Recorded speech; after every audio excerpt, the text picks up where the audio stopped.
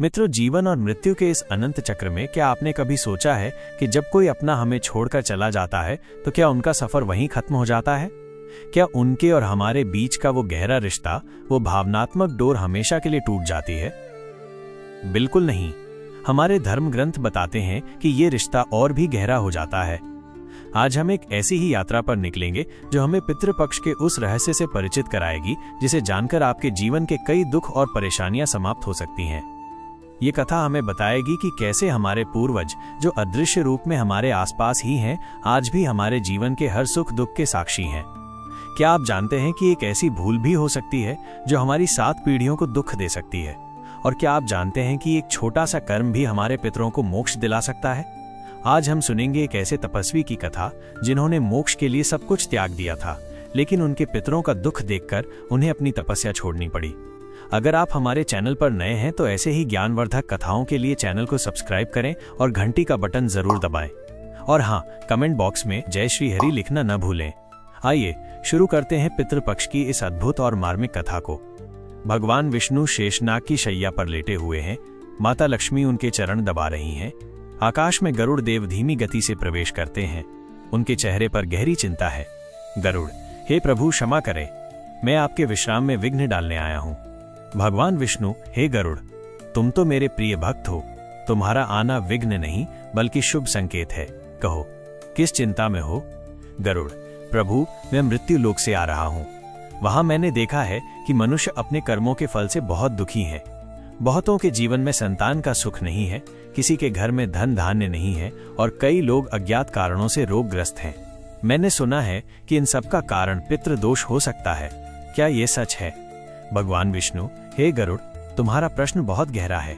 मनुष्य और उसके पितरों का संबंध इतना गहरा है जितना पेड़ और उसकी जड़ों का। अगर जड़ें सूख जाएं तो पेड़ भी मुरझा जाता है। लेकिन इस सत्य को जानने के लिए तुम्हें एक कथा सुननी होगी जो इस प्रश्न का सार है। ये कथा है एक महान ऋषि की, जिन्होंने ज्ञान के मार्ग पर चलते हुए एक ऐसी भूल कर दी थी जिसका परिणाम उनके पूर्वजों को भुगतना पड़ रहा था। ये बात बहुत पुरानी है। एक महान राजा थे जिनका नाम रुचि था। वे बचपन से ही ज्ञानी और शांत स्वभाव के थे। राजपाट, ऐश्वर्य और सुख भोग में उनका मन नहीं लगता था। युवावस्था में ही उन्हें वैराग्य हो गया और वे सब कुछ छोड़कर जंगल में चले गए। ऋषि रुचि ने संसार के सभी बंधनों को त्याग दिया। विवाह नहीं किया, संतान नहीं की। उनका मानना था कि मोक्ष का मार्ग केवल तपस्या और वैराग्य से ही मिलता है। लेकिन उन्हें ये नहीं पता था कि उनके इस निर्णय से उनके पितरों पर क्या बीत रही थी। ऋषि रुचि अपनी तपस्या में गहरी समाधि में है। अचानक उनके सामने एक दिव्य प्रकाश पुंज प्रकट होता है। ऋषि रुचि ने पूछा, आप कौन हैं महानात्माओं? आपका यहाँ आना किस प्रयोजन से हुआ है? पितर 1: हम तुम्हारे पूर्वज हैं। पुत्र: हम तुम्हारे इस वैराग्य से बहुत दुखी हैं। ऋषि रुचि: दुखी? लेकिन क्यों? मैं तो मोक्ष के लिए तपस्या कर रहा हूँ। क्या ये मार्ग उचित नहीं? पितर 2: मोक्ष का मार्ग बहुत सूक्ष्म है। पुत्र: तुमने केवल एक पहलू को समझा है। शास्त्रों में गृहस्थ जीवन को भी एक यज्ञ कहा गया है। विवाह करना, संतान उत्पन्न करना और उनके माध्यम से देवताओं, ऋषियों और पितरों का तर्पण करना भी एक महान धर्म है। पितर 3: हे पुत्र, तुम संतान उत्पन्न नहीं करोगे तो कौन हमारे लिए पिंडदान करेगा, श्राद्ध करेगा? तुम्हारी मुक्ति तो हो जाएगी, लेकिन हम अधोगति में चले जाएंगे। ऋषि रुचि के चेहरे पर गहरी पीड़ा उभर आती है। ऋषि रुचि: हे पितृगण, मैंने अनजाने में इतनी बड़ी भूल कर दी, मुझे क्षमा करें। मैं अब क्या करूं? अब मैं वृद्ध हो चुका हूं। इस अवस्था में मुझसे कौन विवाह करेगा? पितर 4: चिंता मत करो पुत्र, तुम्हारी तपस्या का फल तुम्हें मिलेगा। तुम ब्रह्मा जी की तपस्या करो, वे तुम्हें इस समस्या का समाधान जरूर देंगे। ऋषि रुचि व्याकुल होकर ब्रह्मा जी की तपस्या में लीन हो जाते हैं। 100 वर्ष बाद ब्रह्मा जी प्रकट होते हैं। ब्रह्मा जी: हे रुचि, मैं तुम्हारी तपस्या से अत्यंत प्रसन्न हूँ, वरदान मांगो।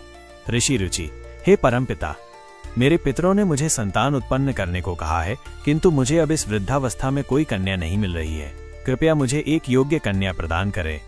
ब्रह्मा जी: हे विप्र, मैं तुम्हें वरदान देता हूँ कि तुम प्रजापति बनोगे, लेकिन तुम्हारी ये इच्छा तुम्हारे पितरों की प्रसन्नता से ही पूरी होगी। तुम नदी के तट पर जाओ और पूरी श्रद्धा से उनकी स्तुति करो। जब वे प्रसन्न होंगे तो तुम्हें अवश्य एक सुंदर और गुणवान पत्नी मिलेगी। दिव्य प्रकाश में पितर फिर से प्रकट होते हैं। पितर 1: हे पुत्र, तुम्हारी स्तुति से हम अत्यंत तृप्त हुए हैं। तुम जो चाहो वरदान मांगो। ऋषि रुचि, हे पितृगण, मुझे एक ऐसी पत्नी प्रदान करें जिससे मैं संतान उत्पन्न कर सकूं। पितर दो, चिंता मत करो पुत्र, इसी क्षण तुम्हें एक दिव्य पत्नी मिलेगी और उसी से तुम्हें एक तेजस्वी पुत्र की प्राप्ति होगी जो तीनों लोकों में प्रसिद्ध होगा। पितरों के अंतर ध्यान होते ही नदी से एक अत्यंत सुंदर अप्सरा प्रकट होती है। ऋषि रुचि का विवाह उससे होता है और उन्हें एक तेजस्वी पुत्र की प्राप्ति होती है। भगवान विष्णु, तो हे गरुड़, तुमने देखा पितरों का आशीर्वाद कितना महत्वपूर्ण है। ये कथा हमें सिखाती है कि मोक्ष का मार्ग केवल वैराग्य नहीं बल्कि अपने कर्तव्यों का पालन भी है। आज भी मृत्यु लोक में मनुष्य पितरों की कृपा से ही धन, संतान और सुख प्राप्त करते हैं। जो व्यक्ति पितरों का तर्पण नहीं करता उसके घर में अशांति, रोग और दुख बना रहता है। गरुड़, प्रभु, अब मैं समझ गया, कृपया मुझे वो उपाय बताएं जिनसे पितरों को प्रसन्न किया जा सकता है। भगवान विष्णु, अवश्य गरुड़, ये उपाय बहुत सरल हैं, लेकिन इनमें श्रद्धा और विश्वास की आवश्यकता होती है। पितृ पक्ष में प्रतिदिन जल में काले तिल मिलाकर पितरों को अर्पण करें। श्राद्ध, अपने पितरों की तिथि पर ब्राह्मणों को भोजन कराएं और उन्हें दान दें। कौवे, गाय और कुत्ते को भोजन, इन्हें भोजन कराना पितरों को सीधे भोजन देने के बराबर है। भागवत गीता का पाठ, गीता के 11वें अध्याय का पाठ करने से पितरों की आत्मा को शांति मिलती है। गयाजी में पिंडदान, ये पितरों को मोक्ष दिलाने का सबसे बड़ा उपाय है। भगवान विष्णु, जो व्यक्ति इन उपायों को करता है उसके जीवन से पितृदोष समाप्त हो जाता है, उसे पितरों का आशीर्वाद मिलता है और उसका जीवन सुख समृद्धि से भर जाता है। मित्रों, इस पितृपक्ष में आप भी अपने पूर्वजों को याद करें, उनके लिए कुछ क्षण निकालें, क्योंकि जब हम उन्हें याद करते हैं तो वे भी हमें याद करते हैं। आपका छोटा सा प्रयास आपके पितरों को मोक्ष दिला सकता है और आपको उनका असीम आशीर्वाद। मित्रों, अब हम आपको ये बताते हैं कि पितृपक्ष की ये परंपरा कहाँ से शुरू हुई। हमारे प्राचीन धर्म ग्रंथों और पौराणिक कथाओं में इसके 2 प्रमुख उल्लेख मिलते हैं जो इस पावन अनुष्ठान के मूल को दर्शाते हैं। भीष्म और युधिष्ठिर की कथा। पितृपक्ष की परंपरा का सबसे प्रसिद्ध और गहरा संबंध महाभारत काल से जोड़ा जाता है। महाभारत के युद्ध में युधिष्ठिर का मन बहुत अशांत था। वे अपने बंधु बांधवों की मृत्यु से दुखी थे और उन्हें मोक्ष के बारे में जानने की इच्छा थी। उन्होंने इस विषय पर ज्ञान प्राप्त करने के लिए भीष्म पितामह से संपर्क किया, जो उस समय शरशैया पर लेटे हुए थे। युधिष्ठिर ने भीष्म से पूछा, हे पितामह, मुझे ये बताइए कि हमारे उन पूर्वजों को शांति कैसे मिलेगी जिन्होंने धर्म की रक्षा करते हुए अपने प्राणों का बलिदान दिया है। तब भीष्म पितामह ने युधिष्ठिर को श्राद्ध कर्म और पितृ तर्पण का महत्व समझाया। उन्होंने बताया कि हमारे पूर्वज मृत्यु के बाद पितृलोक में रहते हैं और उन्हें अपने वंशजों द्वारा दिए गए तर्पण और श्राद्ध से ही तृप्ति मिलती है। उन्होंने ये भी बताया कि वर्ष का एक विशेष समय भाद्रपद पूर्णिमा से अमावस्या तक पितरों के लिए निर्धारित है, जब वे पृथ्वी लोक पर अपने वंशजों से मिलने आते हैं। इस दौरान किए गए श्राद्ध कर्म का फल सीधे उन तक पहुंचता है। भीष्म ने युधिष्ठिर को यह भी समझाया कि जो व्यक्ति अपने पूर्वजों को श्राद्ध और तर्पण नहीं देता, उसके पितर भूखे प्यासे रहते हैं, जिसके कारण वे अप्रसन्न होते हैं और उस व्यक्ति को पितृदोष लगता है।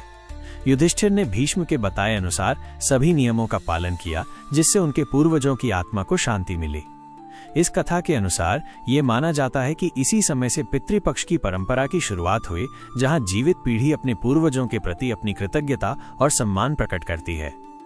मित्रों, जीवन की इस भागदौड़ में हम अक्सर उन लोगों को भूल जाते हैं जो हमें ये जीवन देकर गए हैं।